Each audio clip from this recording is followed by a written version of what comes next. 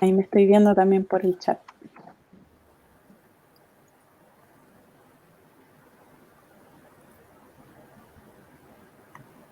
Esperamos entonces unos minutitos para que se unan más personas.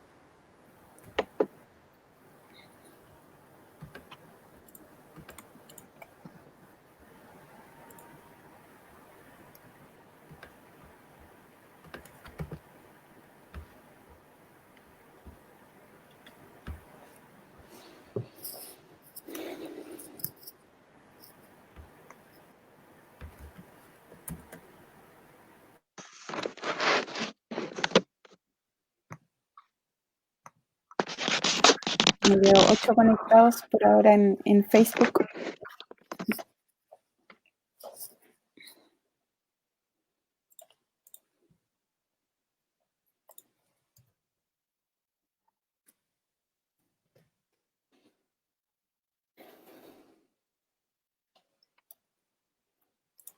Se nos cayó alguien, parece la Dani.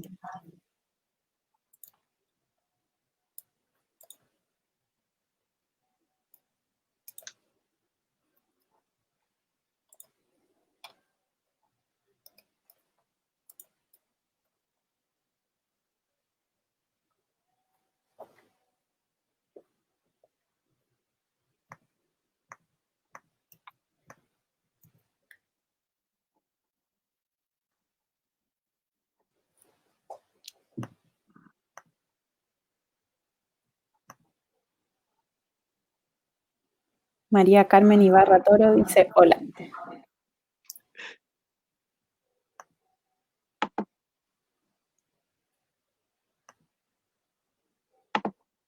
Tenemos 20 conectados, estamos esperando unos minutitos mientras se junta más gente. Agradecemos la paciencia de los que ya están unidos.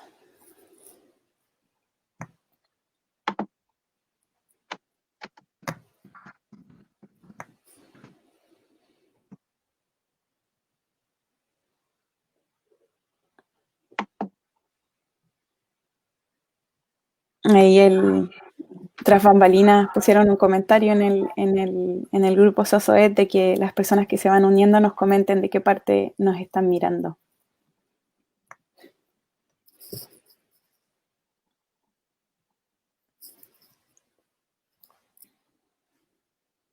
Te ves como rojo, Paulo. Sí, el Pablo está en... Estoy en las On penumbras. fire. On fire. Con cortinas de Peppa Pig.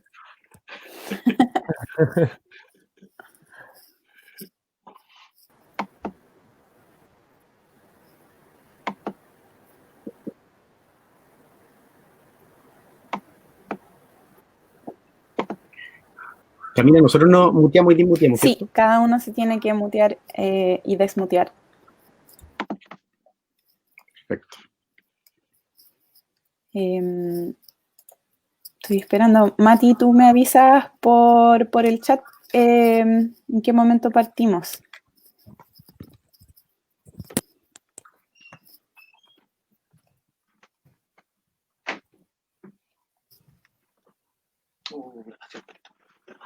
Estamos súper bien. Sí. Sí, todavía no empieza, pero vamos. Hay alguien conectado desde Chiloé y la profesora Evelyn desde Concepción. Saludos desde Temuco, dice Franca Belmaru. Ya tenemos 32 personas conectadas. Yo creo que en honor al tiempo podemos comenzar. ¿Les parece? Los y las expositoras. Bueno, les quiero dar la bienvenida a todos y todas que nos están viendo, agradecer la presencia de las expositoras y los expositores que nos acompañan. Contarles que este es un conversatorio que es parte de un ciclo de charlas organizados por la SOSOET, la Sociedad Chilena de Socioecología y Etnoecología. En esta ocasión nos convoca el tema de los ríos están vivos, Lefumomialengu en Mapuzungún, y quería partir contextualizando esta decisión de incluir el título de Mapuzungún.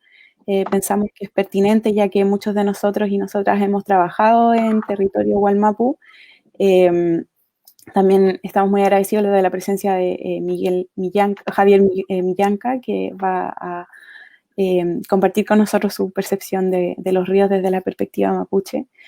Y bueno, contarles que vamos a conversar de los ríos desde distintas disciplinas. Vamos a partir con Paulo, quien es geólogo y representa a varias organizaciones, entre ellas Geoturismo, Somos Cuencas y Bestias del Sur Salvaje.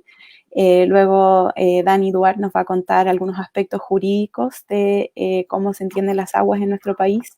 Después José Gresle, que es agrónomo, nos va a comentar sobre aspectos de biología y de ecología y aspectos ambientales de los ríos. Finalmente, María Ignacia Ibarra nos va a hablar de los ríos desde una perspectiva social y antropológica. Y al final de eso, Javier nos va a hacer una reflexión desde la perspectiva mapuche. Él es historiador y poeta mapuche y se ha preocupado de la protección y la defensa de los ríos. Así que, bueno, y finalmente vamos a abrir al público para que nos puedan hacer preguntas por el chat, por los comentarios de Facebook, y los vamos a ir mostrando aquí en la pantalla. Yo les voy a dirigir la palabra a él o la expositora que pueda responder esa pregunta. Así que, bueno, vamos a comenzar con Paulo, que nos va a hablar de los ríos desde una perspectiva desde la geología. Adelante, Paulo. Tienes que desmutear. Ahí se escucha. ¿Se escucha bien? Sí, se escucha bien. Perfecto. ¿Tú me decís si estoy compartiendo la pantalla? Sí. Sí, se ve. Ya, perfecto. Dale nomás. Ya, gracias. Entonces, como decía la Cami, yo soy geólogo de formación y les voy a hablar en este taller en específico de cómo funcionan los ríos y desde una perspectiva más integrativa de lo que usualmente se suele analizar en torno al agua y la cuenca.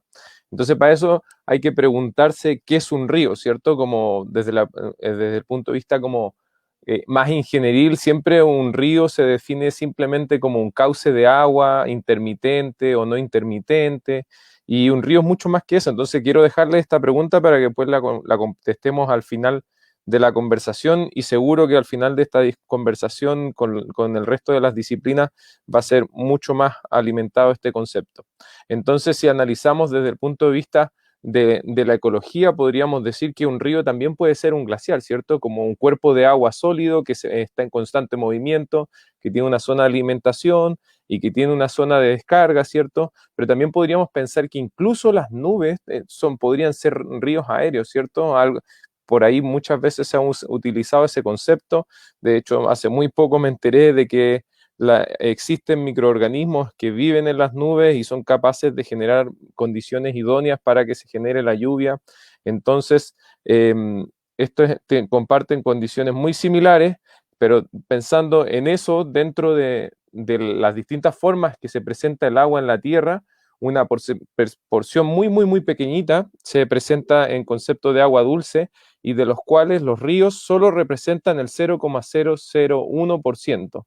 Pero ¿y por qué son tan importantes los ríos y las aguas superficiales en general? Y tiene relación con que nosotros, humanos, nuestra fuente de abastecimiento de agua disponible, de agua potable, más fácil son los ríos, ¿cierto? Pero de la misma manera, como son una fuente superficial, también son los más susceptibles a contaminación u otro tipo, y de la misma manera son nuestras especies de bioindicadores que nos pueden manifestar cualquier cambio en el comportamiento general de lo que es una cuenca, que lo vamos a definir muy pronto.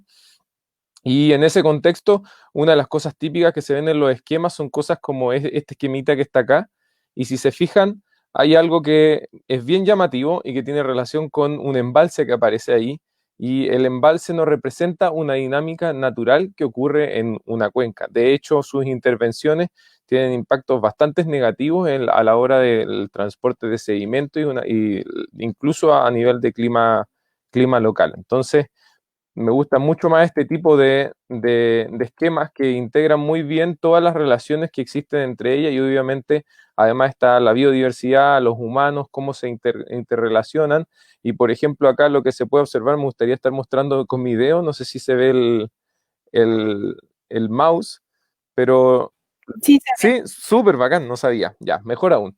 Ya, entonces, pero la cuenca es un área delimitada por las divisorias de agua en la cual ocurren todas estas dinámicas hídricas en la cual se encuentran los distintos ecosistemas y uno solo de ellos es el río. Pero el río está conectado con los humedales, ¿cierto? Está conectado con lagos, están conectados con las aguas subterráneas. De hecho, existen acuíferos en las montañas, en rocas duras, ¿cierto? Que en granitos o en otro tipo de rocas como volcánicas que se conocen como acuíferos de roca fracturada y que investigaciones recientes de la profe Linda Daniel de la Universidad de Chile han demostrado cómo estos acuíferos de roca fracturada alimentan las zonas bajas de los valles y también de la depresión intermedia. Entonces, la relación entre todos estos elementos es fundamental y cuando uno de ellos se altera además el equilibrio de los otros y se empieza a ver esos efectos generalmente en humedales, ¿cierto? En los ríos, en los glaciares también.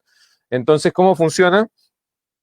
Cae la lluviecita, ¿cierto? La lluviecita se relaciona con los elementos que están en la superficie, los que no son utilizados, ¿cierto? Por ejemplo, por la biodiversidad, por lo humano, escurren por la superficie y los que no infiltran a las aguas subterráneas y también se conoce como infiltración o percolación y, por ejemplo, los bosques generalmente en sus procesos además evapotransporan estas aguas. Y estas aguas que se infiltran se mueven y se van moviendo ya sea por la superficie o por la infiltración y llegan a la desembocadura generalmente que son los lagos o las desembocaduras de los mares. Entonces, acá por ejemplo, como esto tiene que ser todo rápido, acá les muestro cómo funciona cuando además se interviene la geomorfología de un lugar.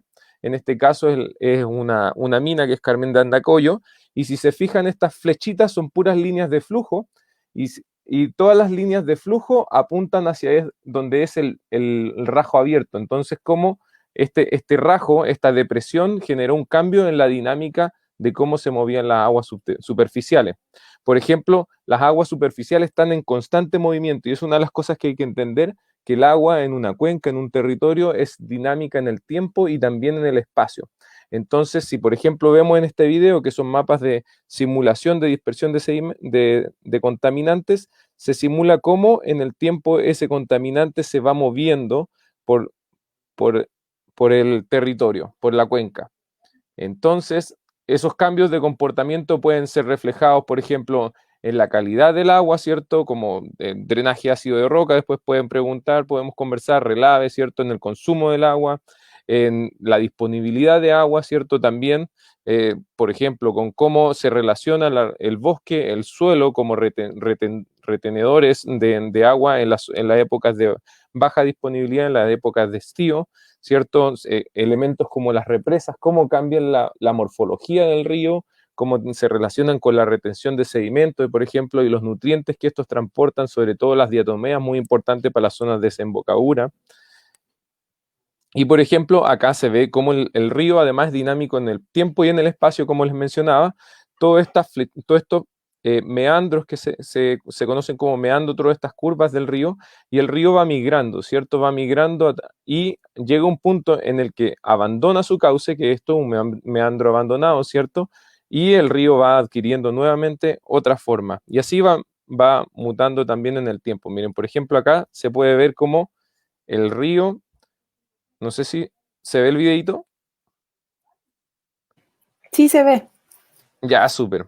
Entonces acá se puede ver cómo el río con el tiempo va erosionando las zonas con las que tiene más corriente, por ejemplo, que en este caso es acá en este sector, y va erosionando, y acá en este lado va depositando, y llega un punto en que tiende a generar una zona mucho más plana, una zona que se conoce como en las partes bajas como planicies de inundación, que es donde se podría ubicar zonas como Concepción, ¿cierto? Para los que viven por ahí. Y en las desembocaduras, por ejemplo, en ríos más grandes se puede notar mucho mejor este efecto, que son el nivel de aporte de sedimentos que tienen los ríos en las zonas costeras y cómo esto alimenta la biodiversidad marina, pero también hay una relación en las aguas subterráneas. Entonces, Por ejemplo, en esta parte de acá se nota muy bien que hay una zona de transición que se conoce como una zona de interfase entre la zona de agua salina y la zona de agua dulce, ¿cierto? Hay una zona de transición entre ambas, pero también eso significa que si nosotros, por ejemplo, sobreexplotamos los acuíferos, existe una menor recarga por sobreexplotación de las aguas superficiales, también menor disponibilidad de ella. Esta línea de interfase se tiende a correr hacia la zona continental. Entonces, por ejemplo, si ustedes se imaginan que acá tenían un pozo en una zona costera, se da mucho en la zona que yo soy de Puerto Montt, se da mucho en Calbuco, Chiloé, ¿cierto? La zona de interfase tiende a correrse hacia la zona continental, por lo tanto, la gente que tenía pozos, llega un momento en que empiezan a extraer eh, agua salina, agua salada. Y por ejemplo, acá también se ven los efectos contrarios, ¿cierto? De cuando tenías una represa y se restaura un río, que en el caso del río Elwa, por ejemplo, en la parte alta se ve un proceso de eutroficación, ¿cierto? Porque se alteró el equilibrio y también el dinamismo del río, y como al remover la represa se retoma toda la depositación de sedimento y las corrientes que van generando eso, pero aún así, a pesar de que los ríos llegan a la desembocadura y nosotros creemos que desaparecen, siguen erosionando y siguen generando dinámicas una vez que llegan al mar, y en este caso siguen erosionando, y acá podemos ver el cañón submarino del río Biobío, que es uno de los cañones más impresionantes que tenemos en la costa de nuestro país, y se puede ver cómo además sigue erosionando y generando morfologías mucho más allá de la zona costera. Entonces la pregunta es como, ¿qué es un río después de esto? ¿Es realmente un cauce simplemente que se mueve por la superficie? Bueno, para mí los ríos son simplemente una manifestación superficial del viaje que el agua realiza a través de la tierra, y que tiene un rol esencial en el transporte de nutrientes de la cordillera al mar para todos los ecosistemas y especies, incluyendo las comunidades humanas. Y esto es muy importante tener una relación con cuál es la definición que nosotros generamos, porque a partir de ello es lo que nosotros entendemos como un río y las acciones que tomamos en torno a ello. Entonces, es preguntarse si el agua es realmente un recurso. ¿Qué podemos hacer para generar un uso sostenible del agua, haciendo frente a las necesidades humanas, ¿cierto? Y de nuestra sociedad, pero también de las comunidades no humanas que habitan en los territorios? Y les quiero dejar también si quieren revisar, para los niños y todos, hay una plataforma bien buena donde se puede aprender mucho sobre geología y dinámicas de ecología. Así que eso sería mi presentación. Súper, excelente, harta información en poco tiempo. Para los que nos están escuchando, Pablo abordó un montón de términos desde la hidrología, gracias Javier, desde la geología y la geomorfología y la hidrología, así que si tienen dudas los pueden ir poniendo como comentarios en el Facebook o anotarlas y las vemos al final del conversatorio. Ahora voy a dar el paso a Dani Duarte, que nos va a hablar desde el punto de vista jurídico sobre las aguas y los ríos en Chile. Adelante, Dani. Gracias, Cami. Hola a todas y a todos. Bueno, voy a compartir pantalla. Mientras tanto, les cuento que yo pertenezco a una organización que se llama Fundación Nehuenco. Que fue fundada en el año 2015 por un grupo... ¿Se ve ahí la presentación? Sí se ve. Te está cargando. Super. Ahí está. Que fue fundada en el año 2015 por un grupo de abogados con el objetivo de promover el acceso equitativo al agua desde la perspectiva jurídica, con un enfoque en el derecho humano al agua. Y bueno, para no demorarme más en eso, los invito a mirar las iniciativas y los proyectos en los que trabajamos en nuestra página web y en las redes sociales, en Instagram, @fundación_Nehuenco, para invitarlos a las desveladas por el agua que hacemos mensualmente, y también al podcast Maestras del Agua en Spotify. Bueno, la idea es poder hacer un repaso bien rápido y que podamos profundizar en la discusión posterior, en las dudas que tengan todas y todos o los temas que les interesen. Entonces, A ver, primero, ¿cómo se configura el agua en la legislación chilena actual? De manera bien general. Primero, tenemos desde el año 1855 el Código Civil que deja establecido que todas las aguas son bienes nacionales de uso público, es decir, que son bienes cuyo uso pertenece a la nación toda, ¿ya? Como las calles, las plazas, el mar, etc. Después tenemos la Constitución de 1980, establecida durante la dictadura, que impuso un modelo neoliberal, y que fue reflejado justamente en esta forma de darle el tratamiento a las aguas, toda vez que la única forma que se refiere al agua es o sea, perdón, de los derechos que se le reconozcan a las personas sobre las aguas, ¿ya? Entonces, si bien no se reconoce la propiedad sobre las aguas mismas, sí sobre los derechos que se concedan. ¿Y cómo concilian estos dos, por así decirlo, mundos? El Código de Agua en el año 1981, impuesta por la Constitución, completa reafirmando esta calidad de bienes nacionales de uso público de las aguas, pero regulando un otorgamiento de derecho de aprovechamiento sobre ella para extraer las aguas. Entonces, el problema que se va generando es que esta publicación, es decir, que la decisión del legislador de extraer, dada su importancia para la sociedad, al agua del tráfico jurídico normal de los bienes y de transacciones de propiedad privada de los bienes, al declararlo como bien nacional de uso público, es decir, establece como un deber de regular y administrar su acceso y goce distinto del resto de los bienes, para asegurar su acceso a todos y su mantenimiento, de manera que se satisfaga el interés general. Se supone que está llamado a como condicionar y regular el uso para satisfacer justamente de mejor manera el interés público y garantizar su mantenimiento. Sin embargo, las características del modelo que hoy en día tenemos de este Código de Aguas, un modelo de gestión de mercado desregulado, en que las características que se les dio a este derecho de aprovechamiento se acercan mucho a la propiedad privada como casi absoluta o exacerbada, en que, como todos sabemos o muchos sabemos, son otorgados de manera gratuita, perpetua, sin condiciones de uso ni priorización en general y transferible, y podemos entrar en algunos detalles más adelante para hacer algunos matices, pero en general lo que ocurre es que una vez otorgado, el Estado en la práctica pierde el control sobre la regulación y la forma en que se ejercen estos derechos y la protección al final de las fuentes naturales, lo que se ha traducido en la sobreexplotación de las fuentes y la exclusión de quienes no son titulares de derecho de aprovechamiento, porque la reasignación depende de mecanismos de mercado, es decir, de compra y venta de agua, y el Estado no puede caducar o revocar esto que en otros países son concesiones, por ejemplo, porque se decía, por ejemplo, que se satisface el interés general mejor de otra manera, sino que lo decide el mercado al final al mejor postor, digamos. Entonces, este código además está pensado en un principio para aguas superficiales, entonces de a poco se han ido introduciendo la regulación de las aguas subterráneas, pero más bien se tratan de manera separada, siendo como, a pesar de lo que nos contaba Pablo, de la importancia de esta interconexión desde el sistema o del elemento agua y en su sistema desde cordillera a mar, digamos.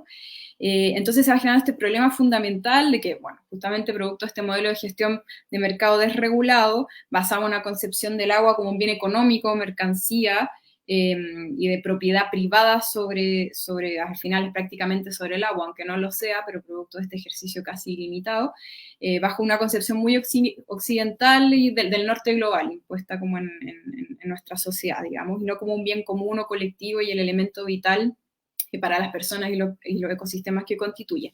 Entonces, esto permite comprender esta diferencia entre sequía como un elemento, como un fenómeno natural, y la construcción social de escasez como un fenómeno antrópico, es decir, justamente este modelo construido bajo esta lógica neoliberal que está en función de maximizar las ganancias, ¿no? De satisfacer los requerimientos productivos a costa de la subsistencia y la degradación ambiental, y que entonces desposea a los territorios y excluye a los que no son titulares de la gobernanza del agua, digamos, y sobreexplota, generando los crecientes conflictos socioambientales que hemos podido presenciar y que cada vez se agudizan más durante los últimos años, de los que somos más conscientes, ¿no?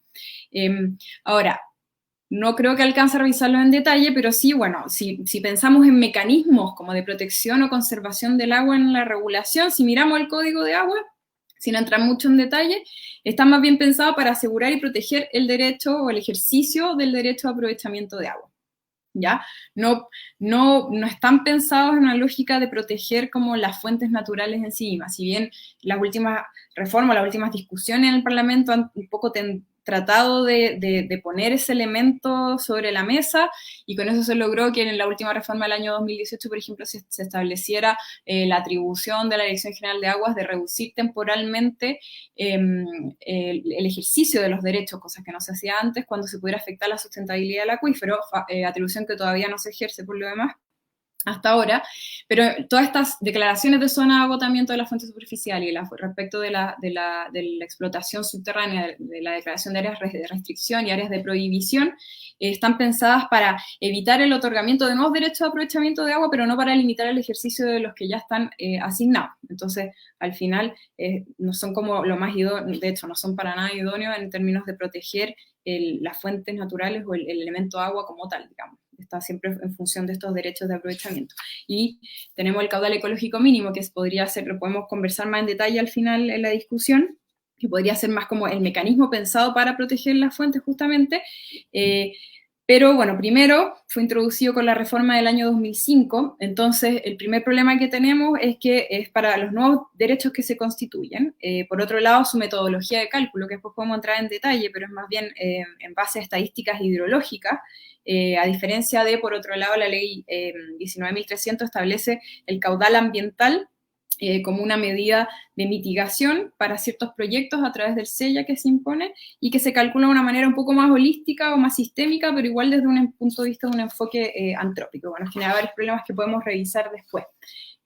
Pero debido al tiempo, voy a avanzar al tema de lo que es considerar o concebir la naturaleza como un sujeto de derecho. Entonces, en Chile, de partida, la naturaleza no es titular de derechos, en nuestro marco regulatorio. La Constitución hace referencia a la naturaleza, al medio ambiente desde un enfoque antrópico y de esta concepción muy occidental, desde el derecho de las personas a vivir en un medio ambiente, lo que podemos ver más adelante como se produce este contraste con otros sistemas, como la Constitución de Ecuador, por ejemplo, que desde el año 2008 sí consagra derechos de la naturaleza, reconociendo el derecho a que se respete integralmente su existencia, su mantenimiento y la regeneración.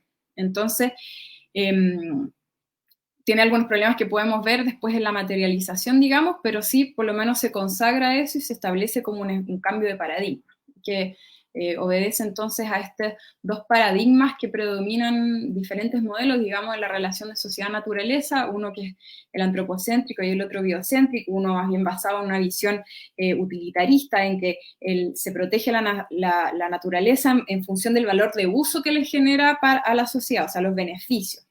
Entonces está muy basado este paradigma antropocéntrico en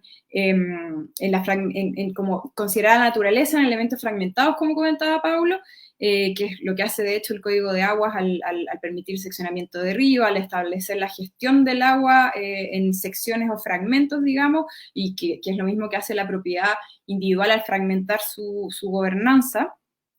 Como podemos después detallar un poco, y en este concepto de dominación de la naturaleza, en contraste con este enfoque eco o biocéntrico en que se considera la naturaleza como sujeto de derecho propiamente tal, es decir, que se protege su valor inherente, tanto como dice el profesor Gudinas, tanto las cosas bellas como las cosas feas o sin valor económico, digamos, o sea, toda la naturaleza, y de manera independiente de la utilidad económica que le pueda generar a la sociedad. Ahora, no son excluyentes, pero nosotros estamos demasiado cargados en el enfoque antropocéntrico, entonces deberíamos complementarlo y tratar de transitar hacia un cambio de paradigma más biocéntrico, en que las personas son parte de este ecosistema mayor, en que hay otras vidas que también dependen del agua. Por lo demás, además, primero partiendo porque la subsistencia de las personas todavía no está asegurada como derecho humano, por ejemplo, tampoco hay un sistema de priorización de usos del agua, incluso para las personas, entonces estamos bien al debe. No me voy a detener acá, esto lo podemos discutir después, algunas experiencias, pero sí interesante como también la jurisprudencia ha ido marcando ciertos cambios en el sentido de reconocer a los ríos como sujetos de derecho, lo que no ocurrió todavía en Chile, pero esto parte, por ejemplo, con la declaración como sujeto de derecho que reconoció la Corte Constitucional de Colombia en el año 2016 respecto del río Atrato, estableciendo a un representante legal y guardián, porque eso también es un tema, una de las dificultades que se suele discutir, quiénes velan o quiénes accionan por la naturaleza, ya que la naturaleza no va a ir al tribunal a accionar por sí misma, o sea, también tenemos que hacer compatible un poco este sistema ser humano o persona del derecho y como sus instituciones con la naturaleza para poder hacerlo efectivo, que no quede una declaración en el papel. Y también ocurrió en India, solo que luego se revocó, se reconoció a los ríos como entidades vivas y a los ecosistemas, pero después al final la Corte Suprema terminó revocando ese fallo y interpretándolo como que con la contaminación al río era un daño más bien al ser humano. Y la protección del río Wanganui en Nueva Zelanda también, el Parlamento, luego de años de disputa o de conflictos con las comunidades, se reconoce a través de una ley como sujeto de derecho y se nombra a las comunidades justamente como guardianas y administradoras para accionar por los derechos del río, digamos, por su protección, su gestión, su conservación, restauración. Entonces, algunas ideas para terminar de cómo podríamos nosotros reenfocar desde el derecho el tema de la protección de los ríos y el derecho de los ríos. Entonces, por un lado, esta idea de la gestión del agua desde un enfoque de derechos humanos, como les comentaba hace un momento, y los seres humanos como parte del ecosistema.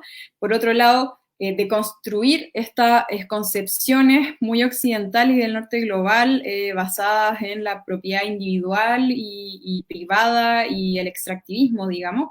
Entonces, esta visión imperante, el paradigma antrópico y neoliberal, digamos, recogiendo la pluralidad de concepciones y relaciones con el agua, que van a hablar más adelante mis compañeros y compañeras, y respetando entonces los distintos buenos vivires, que le llaman, como esta concepción de como alternativas de postdesarrollo en armonía con la naturaleza, y conviviendo bajo este nuevo pacto social que pretendemos construir, ¿no?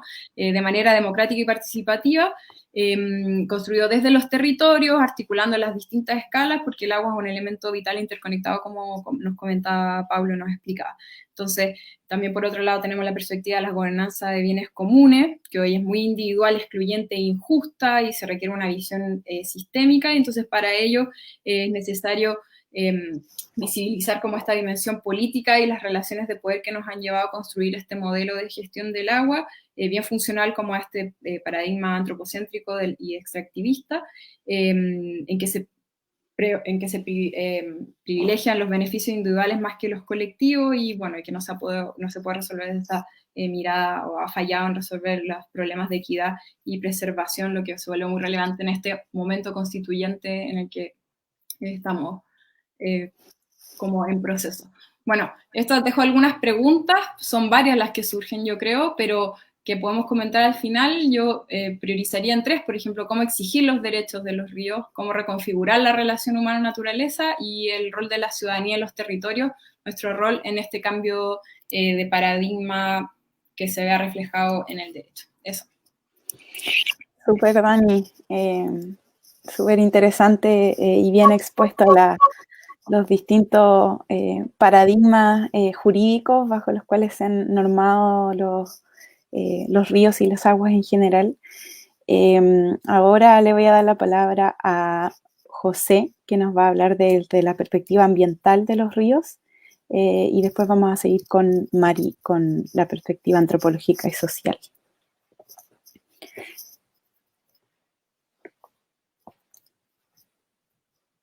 José, parece que tienes que desmutear tu micrófono. Ahí sí.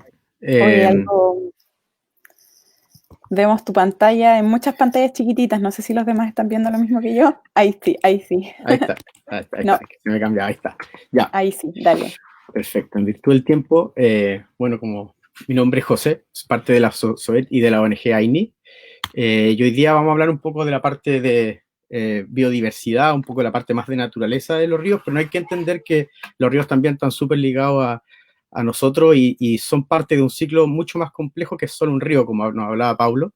Y el concepto de comunidad lo podemos definir como tanto para comunidades humanas, con una definición bastante explícita y técnica, pero también para definiciones para grupos de distintas especies que comparten una misma área geográfica como son los ríos y como somos nosotros en la naturaleza.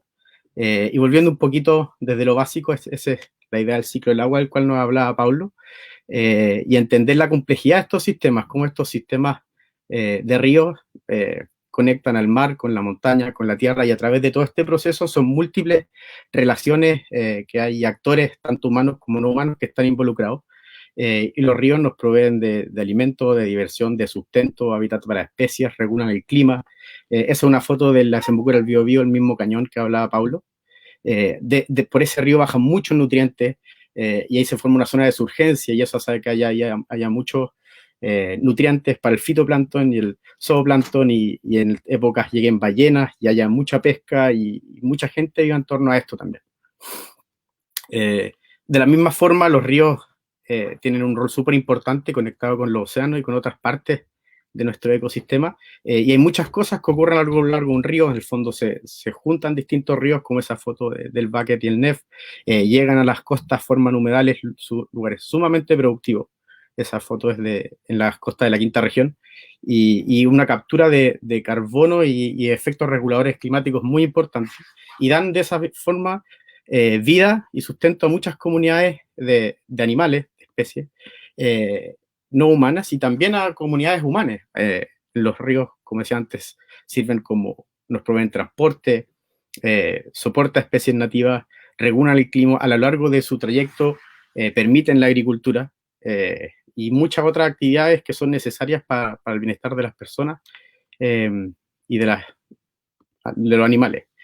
Yendo un poquito más al concepto de comunidad y pasándolo a la parte de comunidad humana, como este conocimiento, como la forma natural de entender un río se conecta con la gente, con las comunidades y con todo, y hay que entender que los ríos tienen valores, o sea, pueden ser súper valiosos por su valor natural intrínseco y por el valor instrumental, porque proveen de comida, son elementos culturales muy importantes para comunidades, por ejemplo, el pueblo mapuche, y además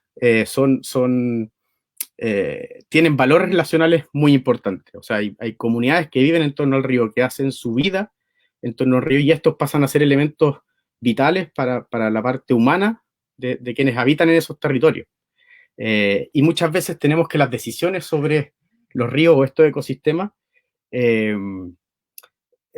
no las toman quienes viven en esos territorios. O sea, pueden creer cosas muy distintas dado su conocimiento, sus realidades, creer que el agua del río se pierde en el mar o que hay que darles usos más instrumentales, y eso en los territorios va generando también mucho conflicto.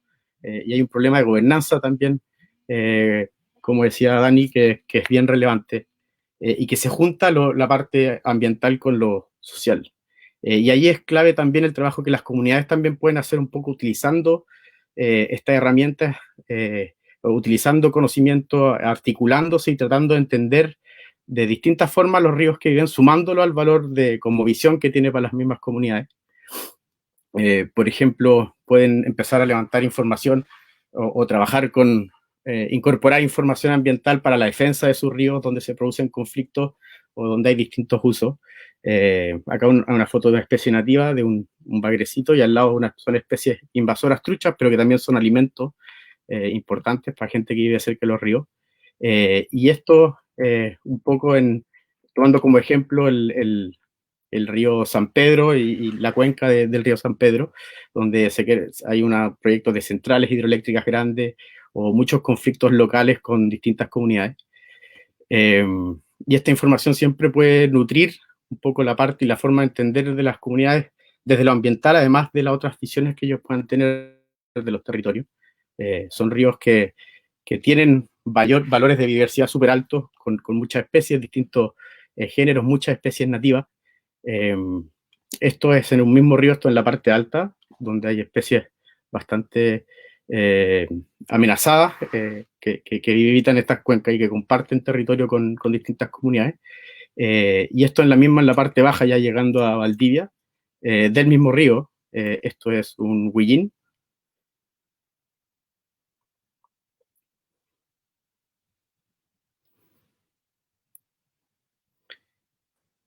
Y en ese mismo río también ese mismo día, 10 minutos después. Una uña que vino a oler el lugar. Y eso un poquito tratando de integrar y metiendo como shock de información y de todo lo que nos dan lo que hay en los ríos, que compartimos humanos, no humanos, en ecosistemas, en torno a ecosistemas súper acotados, productivos y vitales para la vida.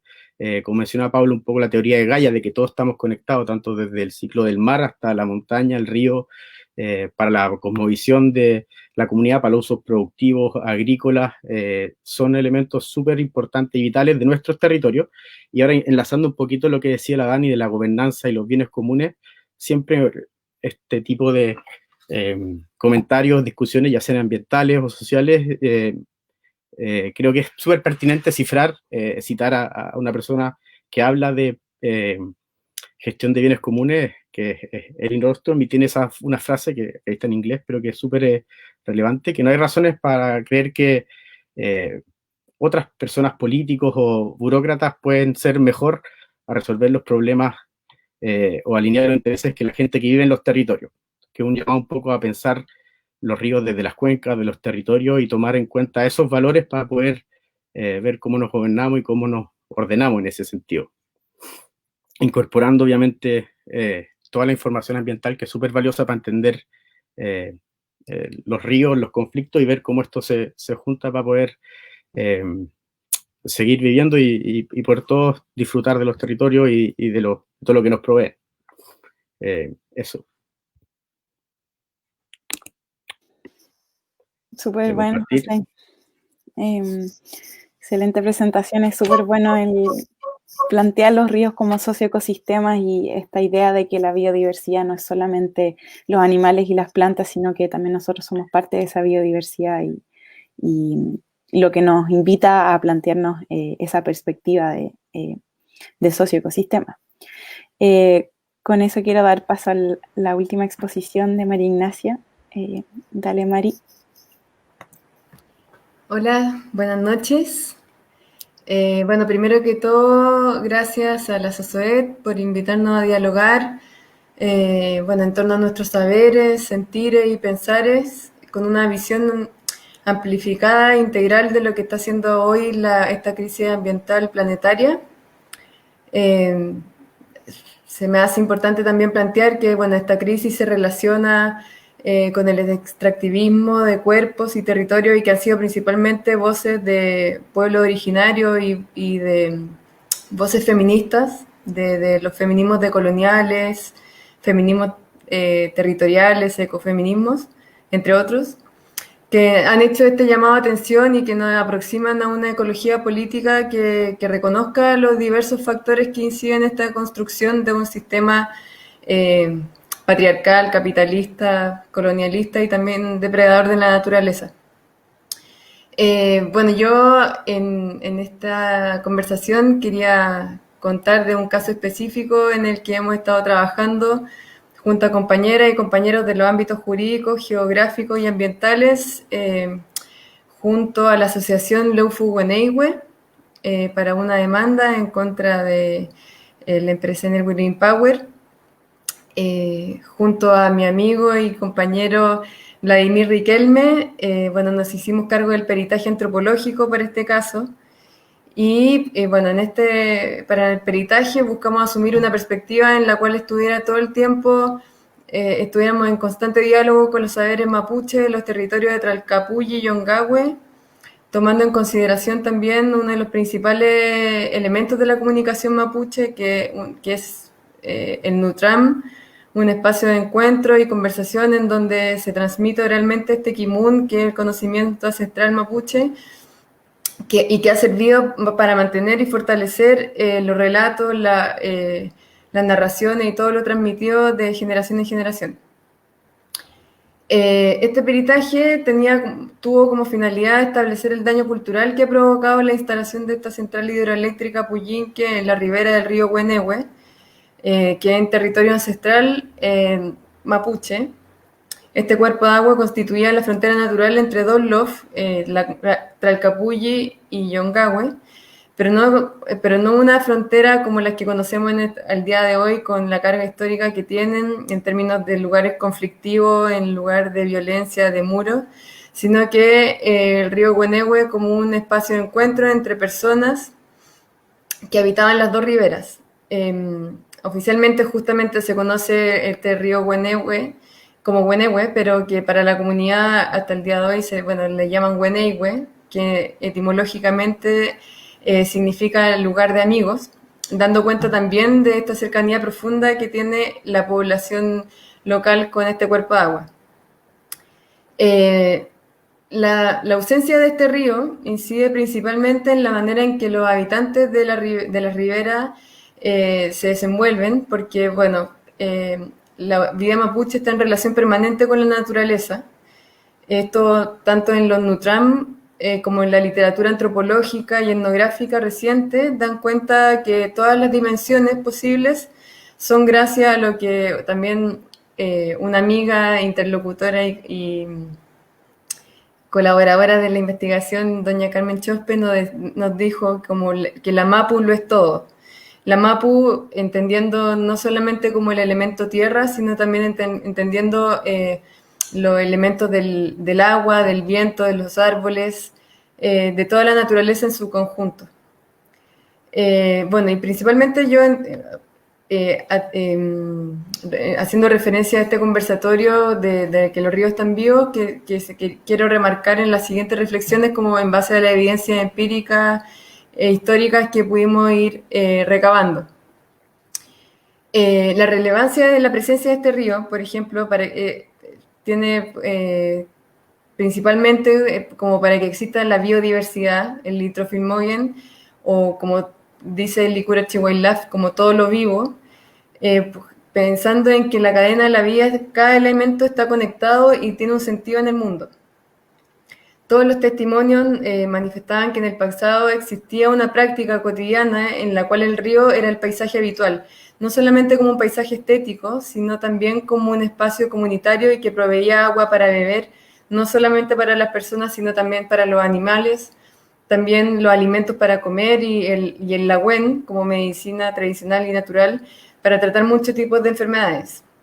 Entonces el daño ambiental provoca una repercusión cultural en el momento en que la medicina se extingue, ya que este lagüen, o como medicina tradicional, se compone principalmente de hierbas silvestres que se recolectaban en la ribera de los cursos de agua.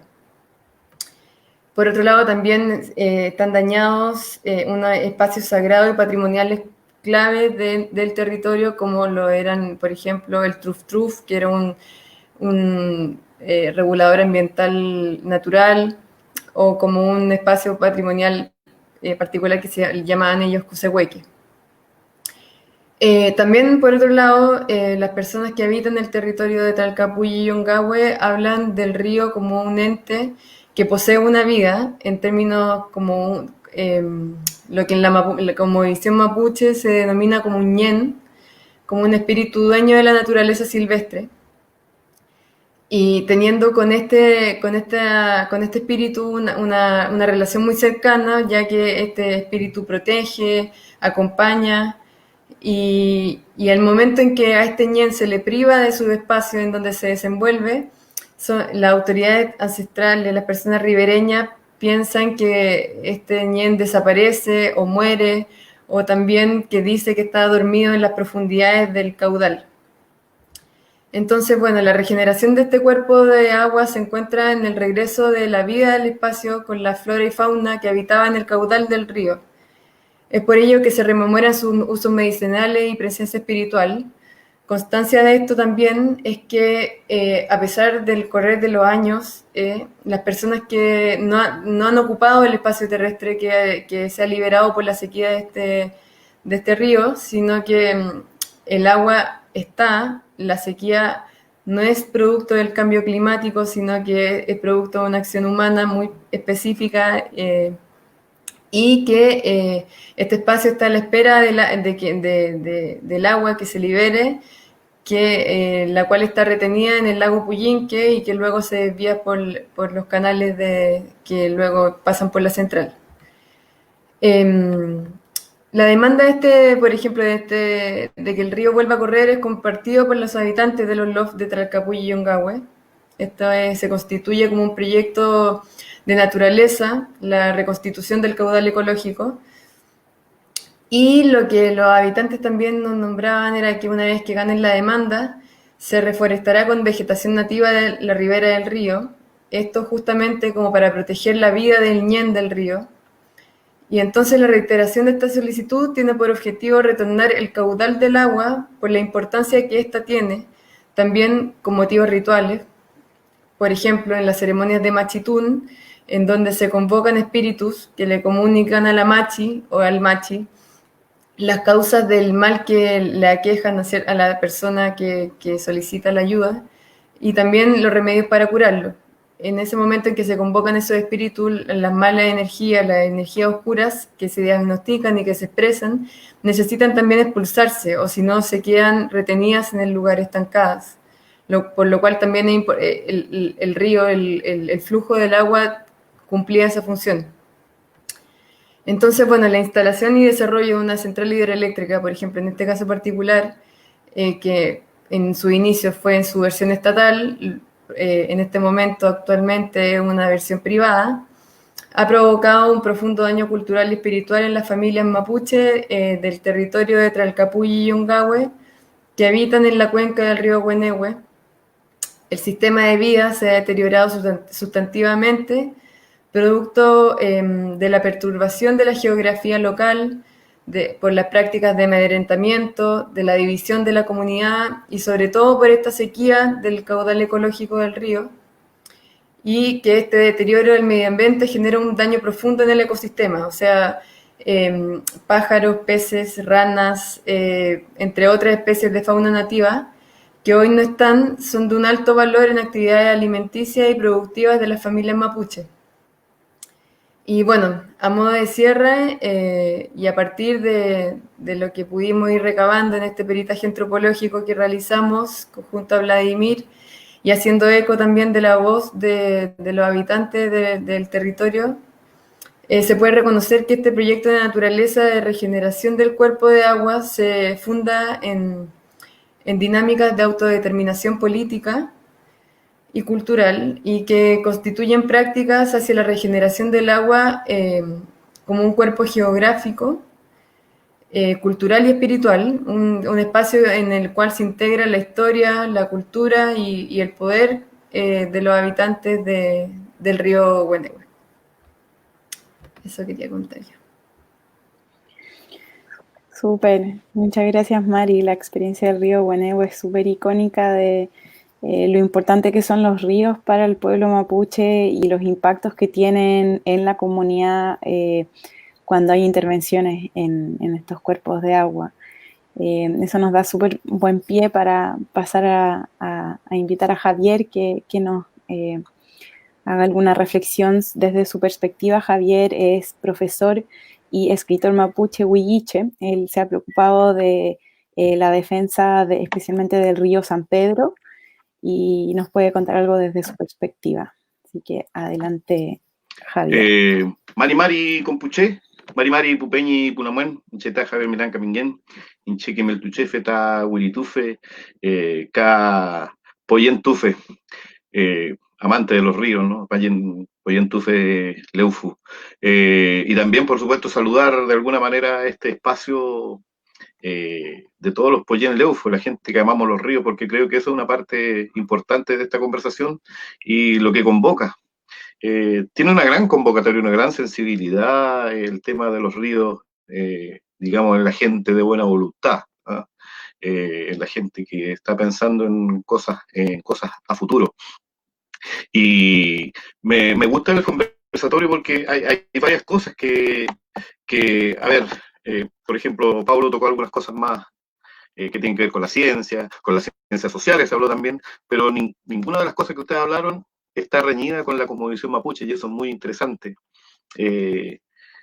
Por ejemplo, que los ríos son una manifestación superficial del viaje que realiza el agua por la biosfera. Es una forma también de decirlo, de estos conceptos de Westún que existen en Mapudungún, que es renacer, el concepto de Wiñoltún, que es volver, que este eterno retorno de estar volviendo siempre. Porque se dice, ¿no?, que los ríos se van hacia el mar para no volver, pero en realidad el pueblo mapuche siempre entendió que el río va para volver. Es un viaje, es un proceso, es un ciclo. El pueblo mapuche no entiende los ciclos de forma lineal, entiende los ciclos de forma circular, o podríamos decir orbital, que tampoco no riñe con los descubrimientos hoy día de la ciencia. Yo creo que lo más reñido que tiene la cultura occidental con el pueblo mapuche son cuando se los trata de ver desde la parte de la religión judeo-cristiana o de otras religiones. Pero hoy día la ciencia, igual digo de buena voluntad, porque hay ciencia que se dedica a otras cosas, la ciencia de buena voluntad hoy día ha descubierto cosas que siempre supo el pueblo mapuche. Esto de que venimos de las estrellas, ojo ahí con eso, ¿no? Hoy día se habla de que los árboles se comunican, que están vivos, que tienen sentimientos. El pueblo mapuche siempre lo dijo. Y ahí tenemos esto del concepto del Leufu, de los ríos. Los ríos son entidades vivas. Y hace algunos años, tal vez decirlo, en una comunidad winca o occidental, era como una parte de hechicería, o una parte pagana, o una parte de magia. Pero hoy día sabemos que, así como se explicó acá, ¿no es cierto?, los ríos están vivos. Y el pueblo mapuche no solamente considera vivos los ríos, sino que muy pocas cosas están muertas o desaparecidas o no existen para la cosmovisión mapuche. Entre esas, por ejemplo, las piedras también, ¿no? Las piedras tienen una fuerza que hace que también se consideren vivos. Por eso, para mover una piedra hay que pedir permiso al lugar donde pertenece. Imagínense, hoy día lo estamos viendo con los ríos, vimos el entorno, el litrofín Moñén, que vive junto al Leufu, y también esta parte que explicaba la compañera anterior, que hablaba del ñen, del ñenco, que es como el dueño del agua, el protector de un gran entorno en torno al agua. Y existen varios ñencos, ¿no? El ñen Mahuida, el ñen Lemu, pero el ñenco es uno de los más importantes por esta capacidad de ir y volver, por esta parte de enseñar también que la vida transcurre y que es un ciclo. Dentro de toda esta concepción del agua es muy importante, por ejemplo, los trayencos. Los trayencos son las cascadas o las pequeñas vertientes que van formando un río más grande. Cuando hice ahí recuerdo, ¿no es cierto?, que era una imagen muy pertinente del documental Río Sagrado, que después de este gran río, antes de este gran río, perdón, están estas vertientes que van gota a gota formando un río más grande. Y ese trayenco tiene que ver también con la búsqueda del lenguaje y la sanación. ¿Por qué? Porque son los trayencos, son los que dan origen, son los que dan vida. Entonces, así de estrecha es la relación del pueblo mapuche con el río, con el agua. Están los menocos, meñocos, menucos, se le dice en otras partes, que son lugares eminentemente de búsqueda de remedios, son humedales donde también forman parte de los ríos, o los ríos van dejando humedales, o son afloramientos de ríos subterráneos, que vuelven ahora con las lluvias, ¿no es cierto?, vuelven a ofrecer menoco, entonces la gente construye una casa y resulta que era un menoco. Bueno, el menoco también, esta parte del agua, del río, tiene que ver con donde surgen estos lagüen para los tiempos de Cutrán. También existen seres que están destinados a que solamente algunas personas los vean, principalmente los sabios, los kimche, ¿no?, y también los seres más espirituales como los machi, que son los chumpal. Los chumpal son seres que viven en el agua y que están encargados también de custodiar y mandar ciertos mensajes para que el río se cuide, o cómo se tiene que hacer la ceremonia en ese lugar. Entonces, cuando lo escucho, ¿no?, y me encanta escucharlo porque por ahí se dice el mapuche es gente de la tierra, y se tiene la convicción de que solamente pertenece a la tierra, pero el concepto ahí, gente de la tierra, la definición de mapuche como gente de la tierra se va quedando corta, porque en realidad también es gente de los ríos, están la gente, los leufuche, ¿no?, están también los lasquenche, ellos también son gente de la tierra, pero la tierra considerada como otra entidad también. El río también es parte de un territorio, por lo tanto mapuche, gente de la tierra, se queda corta esa definición al traerla al castellano. Por eso hay muchos conceptos que a veces el castellano no alcanza a aclarar. En esto también de vivir en torno, como se dijo, ¿no?, que los ríos traen vida, multiplican la vida, cuidan también la vida. para el concepto de cosmovisión mapuche, el río también es una forma de limpieza, por lo obvio, ¿no? Pero también por una cuestión espiritual. Para Huiñol Tripantu, que es una de las principales ceremonias, una de las partes de esta ceremonia es muy importante, era bañarse en el río, ¿no? Cambiar para que el ciclo del agua también se vaya quedando en uno. También, por ejemplo, cuando una persona tiene cutrán, ¿no? Que es una enfermedad profunda o una enfermedad física, se va al río a limpiar, pero no, ahí no se ve el río como un receptáculo de basura o receptáculo de algo malo, sino que se ve como absorber el ñen y eliminar lo malo, lo huesa, y que se lleve el cutrán. Los ríos también para la cosmovisión mapuche son tan importantes que incluso establecen límites. No digo que sean límites irreconciliables, ¿no? Pero sí, dentro de la cosmovisión mapuche está lo de las identidades territoriales, que son, por ejemplo, Huente, Chenache, Pehuenche, pero en esta zona de acá, ¿no es cierto?, las identidades territoriales están marcadas por un río. Así de importante era vivir en una ribera como vivir en la otra. Eso da unas diferencias a veces idiomáticas, muy mínimas, pero también da algunas diferencias ceremoniales. Cada identidad territorial tiene sus formas ceremoniales de realizar su espiritualidad. Y los ríos marcan esto. Entonces, es muy importante la forma de... No es lo mismo vivir allá o vivir acá, dentro del mundo mapuche, allá o acá de un río. Sin embargo, a pesar de, como decía, de estas diferencias, hay unas cosas que tienen que ver con el kibún, que es el conocimiento, y el raquisuam, que se parece mucho en en todo el Gualmapu con respecto al río. Por lo tanto, a pesar de que hay distintas formas u opiniones con respecto a los territorios, siempre se comparten cosas con respecto al conocimiento del río. A mí, como les digo, me encanta esto porque, bueno, aquí se tocaron temas de las ciencias sociales, como decía, antropología, legislación, ¿no? Que puede hoy día ser más winca que una ley, pero sin embargo el pueblo mapuche tenía leyes también que no estaban escritas, ¿no? No había un código de agua, pero sí había un asmapu, que son como las obligaciones, el conocimiento para vivir bien, para el kume moñen, ¿no? La buena vida. El kume felén también, que es la vida en armonía. Y eso se llama asmapu, que es un conjunto de reglas. Y estas reglas, ¿no es cierto?, es muy importante una que se le haga daño a la naturaleza, que se le falte respeto a la naturaleza. El yafcán, ¿no es cierto?, es una falta grave a la naturaleza, yafcán. Y también el asmapu, el asquimun mapu, habla del yamugun, que es el respeto a todo lo vivo y lo no vivo, entre comillas, para explicarlo, ¿no? Porque, como vuelvo a repetir, para el pueblo mapuche no existen cosas que estén muertas, por eso algunos dicen ahí que la muerte no existe en Mapudungún. Sí existe la palabra, pero no existe la muerte como una desaparición total, siempre hay algo.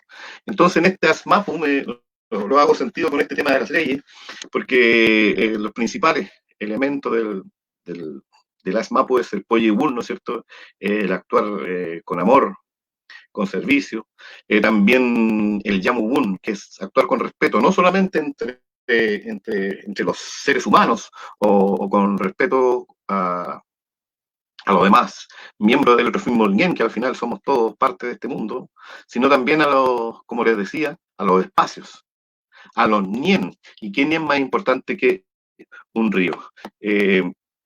Para terminar, un poquito, porque igual uno se entusiasma un poco porque este tema de los ríos hoy día también es sensible en el tema legal, con estas invasiones, nuevas invasiones. Yo creo que hay como el tercer proceso de invasión. Ya primero fue, ¿no es cierto?, la invasión española, la chilena, y que la chilena implicó, ¿no es cierto?, robo territorial, despojo, del cual todavía tenemos. Lo que está pasando hoy día es consecuencia de eso. Después se vino por una parte, eso fue acompañado también con esto de la deforestación y el cerro. Y hoy día vienen por los ríos, por eso yo digo que es como la tercera oleada de esta invasión, y todas las comunidades están atentas con eso, todas las comunidades están protegiéndolo, como decía, los más pequeños ríos, porque el río no se ve como algo que que hay que dejarlo ir y fluir, y si no, y si se va, ese es el concepto de Winca, ¿no? Que si se va al río, lo estamos dejando perder porque tenemos que aprovecharlo, tenemos que aprovechar el río. Sin embargo, desde una cosmovisión amorosa, del Oyen Leufu o del Yamugun, que es el Asmapu, las obligaciones que debemos cumplir con Feyentún. Feyentún es la forma de obedecer estas reglas de la naturaleza, que son unas reglas antiquísimas, ¿no? Hoy día, el Yamugun hoy día me gusta que esté presente en lo que están hablando ustedes, y que ojalá, por eso les digo, sea un llamado también a la gente de buena voluntad, porque sabemos que hay gente de mala voluntad y que incluso tiene el poder. Sin embargo, ahí está el Nehuen. Hay muchos, hoy día me acuerdo, ¿no? Muchos apellidos que terminan en Leo, que tienen que ver con Leufu, ¿no? Sin ir más lejos, Matías Cachileo. Entonces el Leufu está muy presente en la vida mapuche y forma parte de su Asmapu y, por supuesto, de su Kimun y su Raquisuam. Feika Mutem, hasta aquí quedo yo. Mañún, Compuché, Mañún, Leufuche, gente de los ríos. Mañumei Ulamien, Chaltumay, muchas gracias por su exposición. Muy buena forma de englobar y resumir los aspectos que vimos y incorporar esta visión diferente desde una cultura distinta. Y ahora me gustaría pues abrir dar la palabra a las personas que nos están viendo, que nos han visto. Detrás de cámaras está Matías Barceló coordinando el traspaso de las preguntas que han ido posteando en Facebook. Así que ahí hay una pregunta de Martinus Scriblerus. Excelente, Paulo. ¿Conocen experiencias de educación ambiental, geología y agua? Creo que aquí la idea es que, bueno, esta está directamente dirigida a Pablo. La idea es que vayan respondiendo acotados para poder cubrir la mayor cantidad de preguntas, porque vi que hay hartas en el chat y están todas bien buenas. Así que dale, Pablo.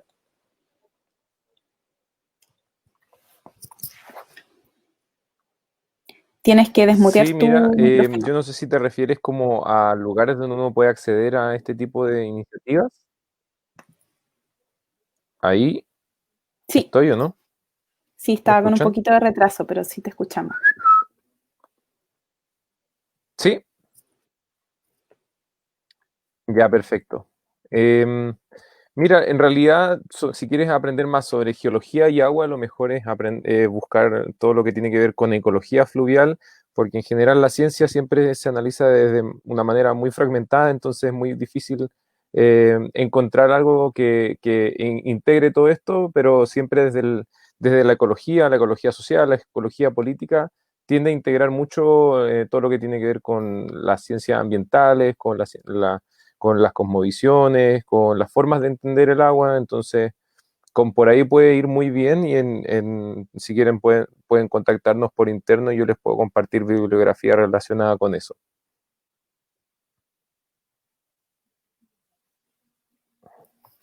Súper. Hay otra pregunta sobre si existe en Chile algo como una asociación de usuarios de un río, pero que no sean regantes ni extractivistas, sino amigos para su preservación con uso sostenible y respetuoso. De pronto, a ver, no sé si alguien en particular, de pronto Pepe o Mari, nos pueden contar sobre algunas de sus experiencias.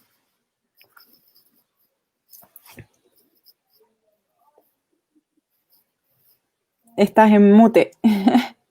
Acuérdense que ustedes tienen que activar sus micrófonos. Yo la verdad es que no conozco ninguna, asociación de ese tipo.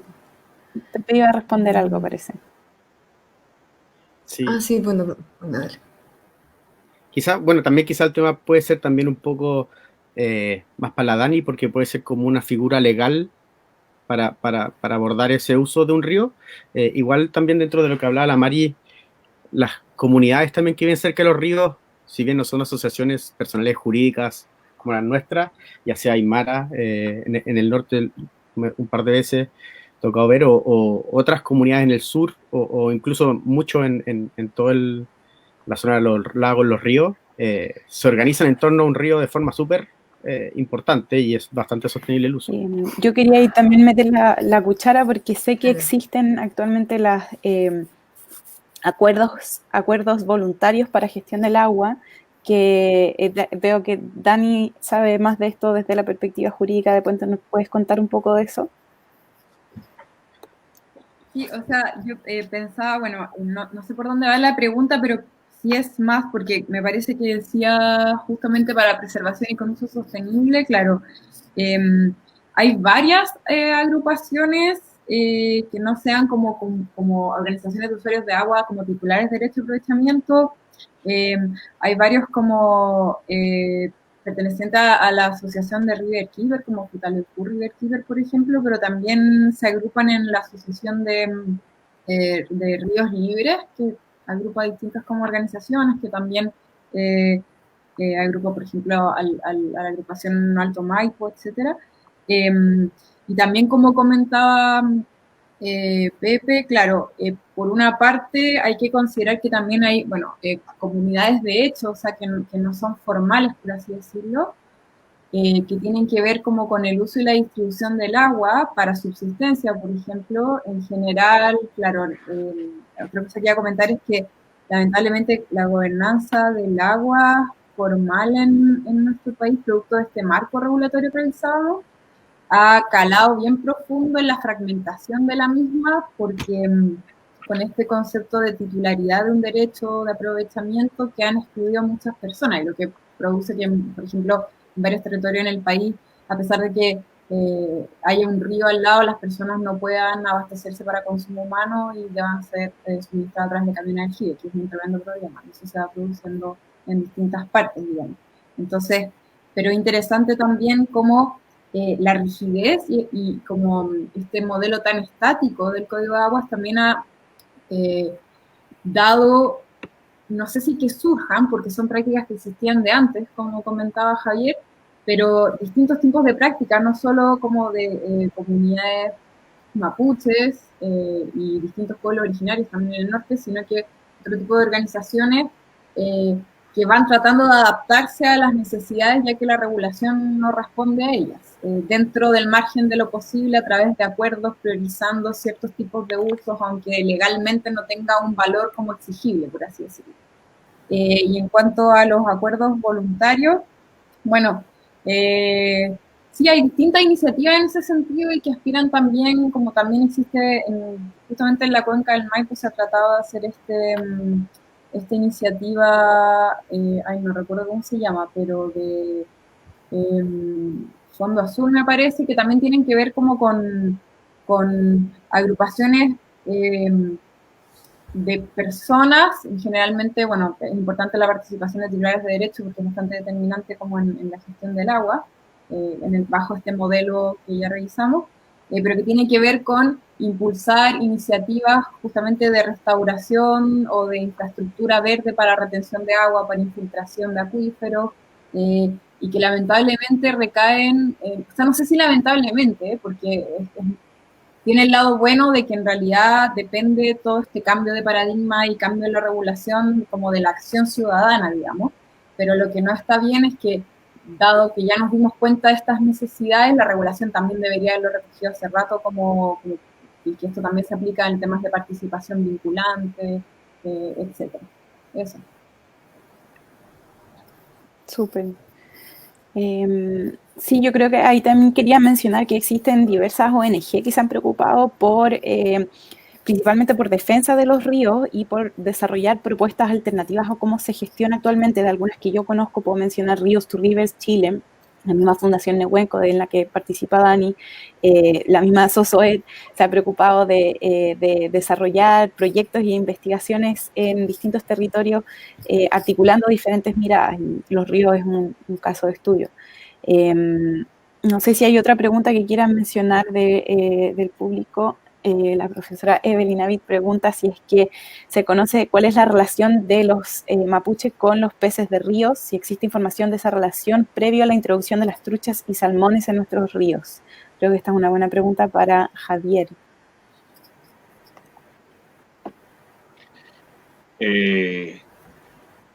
Totalmente.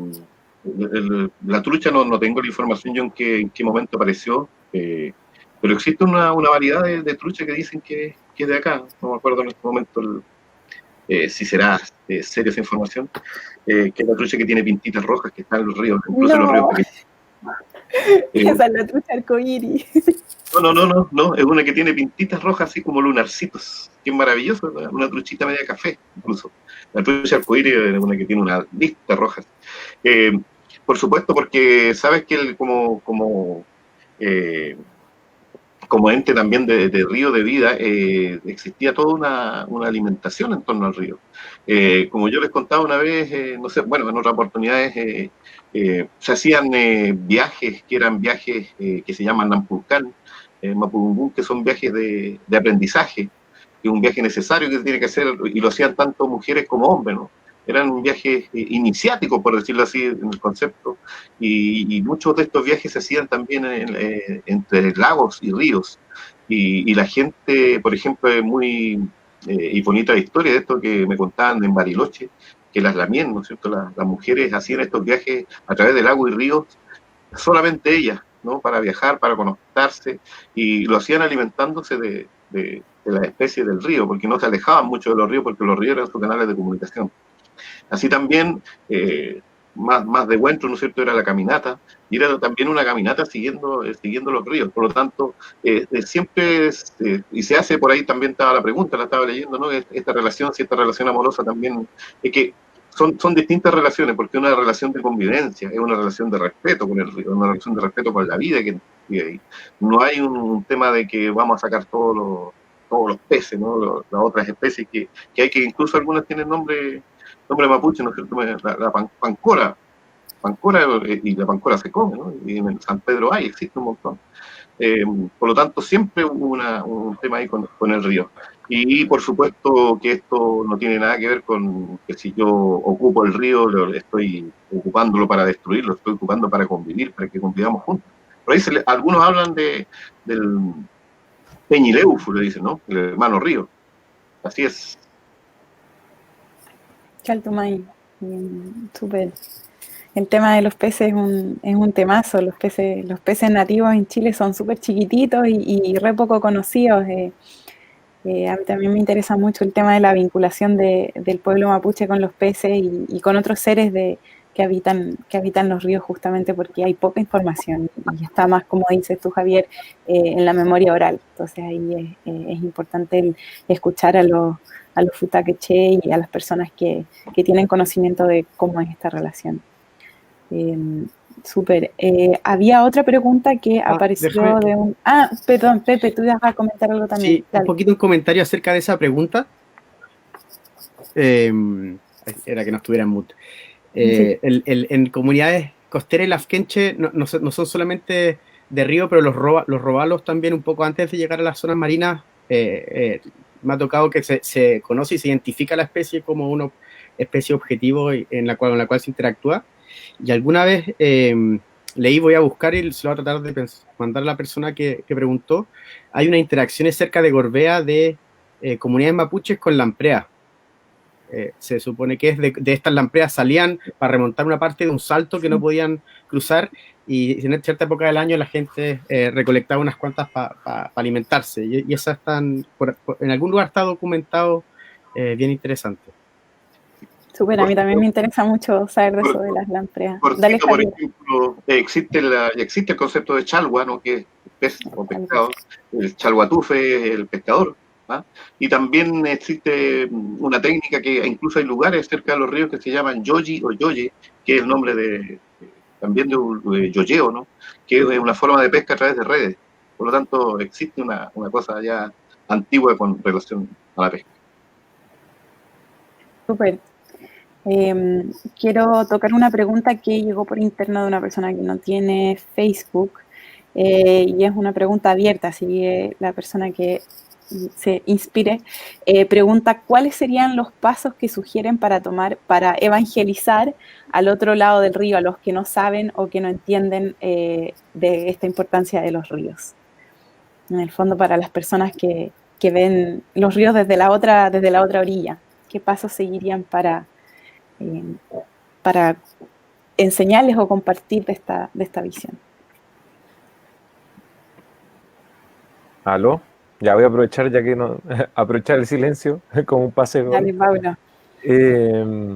Bueno, yo creo que hacer lo que hace la gente que evangeliza en realidad, que tiene que ver con la experiencia, compartir la experiencia, y tiene relación con que muchas de las cosas y la forma en la que percibimos y habitamos el agua, habitamos los ríos, habitamos las montañas, tiene que ver con que se nos ha despojado de ellas también, pues, de que si piensas en una persona promedio en una ciudad, quizás cuántas veces al año toca la tierra realmente. Se pasa de un departamento, ¿cierto?, a un auto, de un auto a un gimnasio, del gimnasio a una oficina en otro edificio.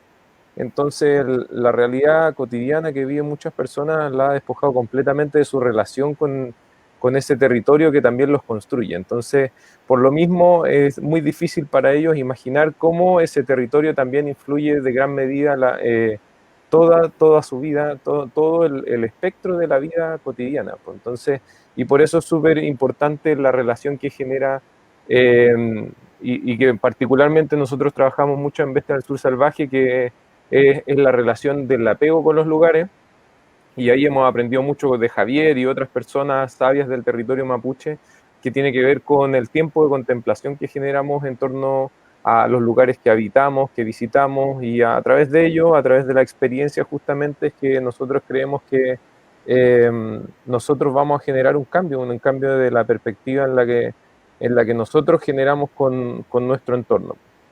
Entonces eso es a través de simplemente salir a caminar, cuestionarse, conversar, abrir el espacio para la conversación desde un punto de vista súper abierto, para que se genere ese intercambio, ¿cierto? No desde la verdad, y es justamente que yo creo que ahí se van a dar muchas cosas, como este simple espacio. Súper. No sé si alguien más, de pronto, María, ahí te vi titubeando en responder la pregunta sobre cómo evangelizar al otro lado del río.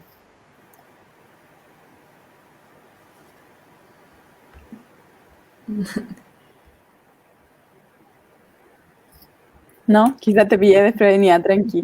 Igual hay otra pregunta ahí dando vuelta, que está dirigida a Daniela, no sé si Mati la quieres mostrar en pantalla, es ¿qué significa el nombre de la fundación de la que es parte, Nehuenco?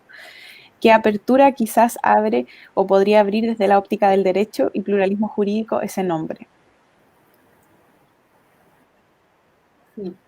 Bueno, Nehuenco, Javier puede confirmarnos, pero de eso sí estoy segura, que es la fuerza del agua.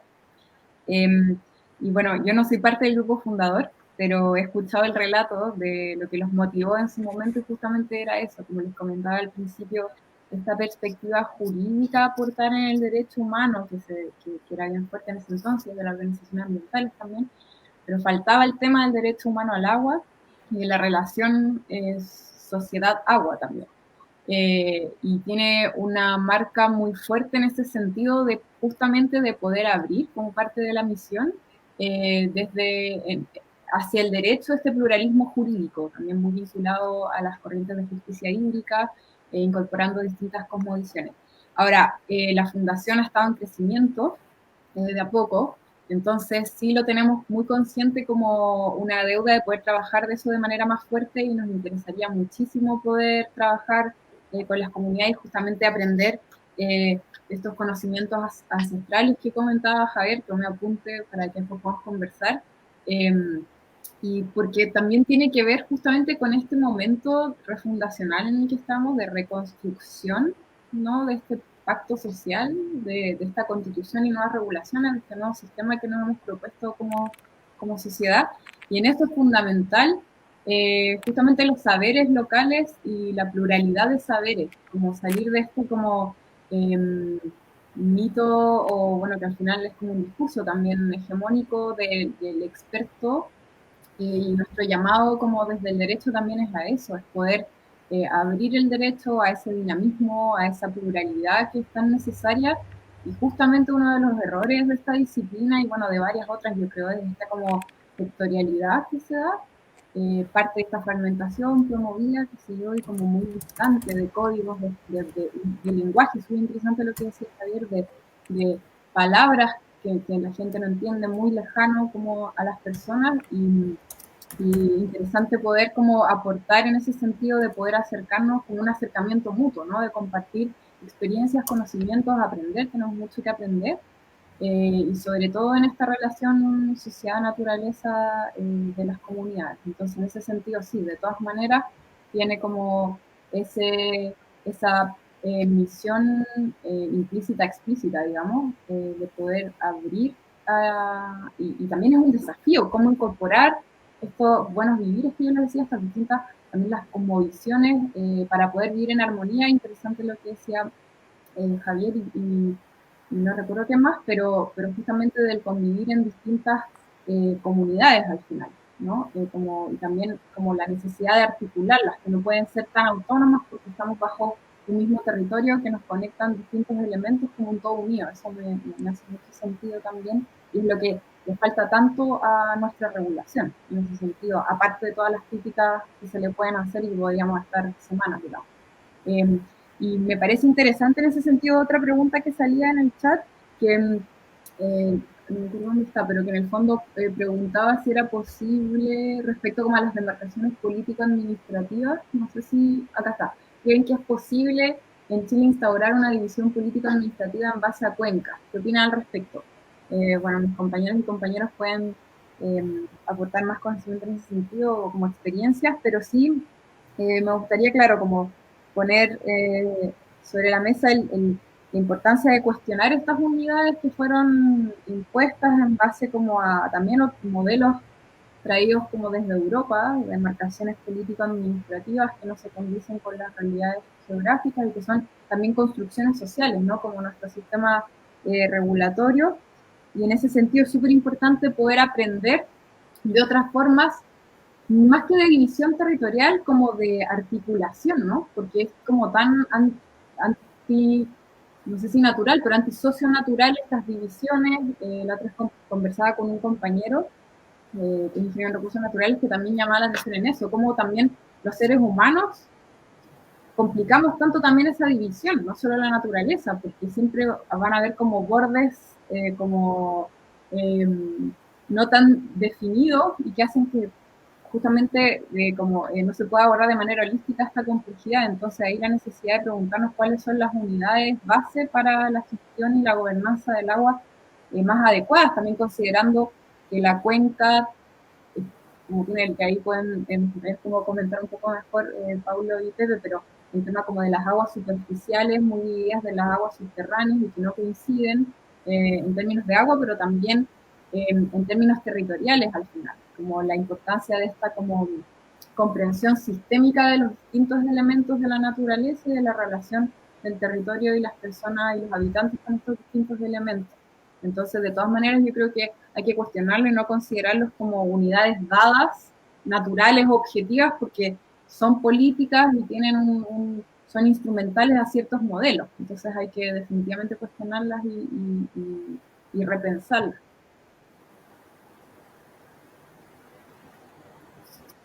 Súper, es súper importante eso que dices del considerar miradas plurales y sistemas de conocimiento, no solo diferentes disciplinas, sino además distintos sistemas de conocimiento. Los saberes locales son fundamentales para poder llegar a consensos que nos permitan convivir y incorporar muchas miradas. No sé si Pepe o Pablo quieren tocar algunos de los puntos que tocó Dani, si no ya para ir cerrando porque llevamos harto tiempo y las preguntas que van quedando en el chat las vamos a recopilar también si es que quieren contactar directamente a la SOSOET para alguna pregunta directa o pedir el contacto de alguno de los y las expositoras, los podemos poner en contacto con ellos. Pablo, Pepe, no sé si quieren comentar algo de lo que Dani mencionaba. Así bien cortito, yo creo que juntando eso y un tema que es recurrente es como la gestión integrada de cuenca, tener esas divisiones más por cuenca que por lo político, volviendo un poco a la pregunta, y hace todo el sentido, al menos desde lo ambiental, desde el uso, que ahí se puede tener una gestión y un uso local pensado para la cuenca y no tener que intervenir cuencas en un lado de Chile para transportarla a otro lado para usos totalmente que muchas veces que no son necesarios, son solamente productivos, pero pasan a llevar muchos otros usos, sobre todo ambientales y sociales. En la zona sur la cuenca del Biobío o San Pedro, hay muchísimas especies de peces endémicas que solo viven ahí, en ningún otro, prácticamente otro río o cuenca del mundo. Entonces hay que ser súper cuidadoso por muchos aspectos, desde lo ambiental hasta todos los daños que se generan o cómo afecta a las comunidades de los pescadores que están río abajo. Esas utilizaciones de cuenca que se alejan mucho de pensarlas como cuenca y como unidades biogeográficas y sociales que funcionan como un todo, como dice Gaia un poco. Súper. Bueno, con eso ya para ir cerrando, quiero agradecer mucho a Paulo, Pepe, ¿Sí? Mari, ¿Me Javier, escucháis? la Dani. Sí, escucho. Paulo, ¿quieres decir algo al final? Se nos quedó pegado el video. Pero Sí, pucha, ya, fue una señal. Oye, bueno, en realidad muchas gracias, ha sido súper rico compartir este conversatorio con ustedes. Muy buenas sus exposiciones desde las distintas disciplinas. Es súper importante entablar estos diálogos porque desde distintas disciplinas vamos viendo cómo se confluye hacia ciertos puntos en común, libres de ideologías, que es lo importante en estos tiempos en donde de repente las ideologías solo sirven para polarizar las cosas, y este tipo de diálogos desde distintas disciplinas y desde distintos saberes y culturas son importantes para darnos cuenta cuánto tenemos en común para poder construir acuerdos y consensos. Entonces, en ese sentido, les agradezco mucho a todos su participación. También agradezco a la SOSOED por prestar este espacio para conversar. Y bueno, está ahí el contacto de Facebook, también de Instagram. Pusieron también hace un ratito el correo para contactar si es que tienen más preguntas. Y con eso, pues nada, pues muchas gracias a todos por acompañarnos y que tengan buena tarde. Gracias a ustedes. Gracias por la invitación, gracias Cami. Vale. Gracias. Gracias, Soset, Mati, todas. Gracias Mati. Gracias. Espero que haya la miel. Nos vemos. Tacanti, Pehuayún.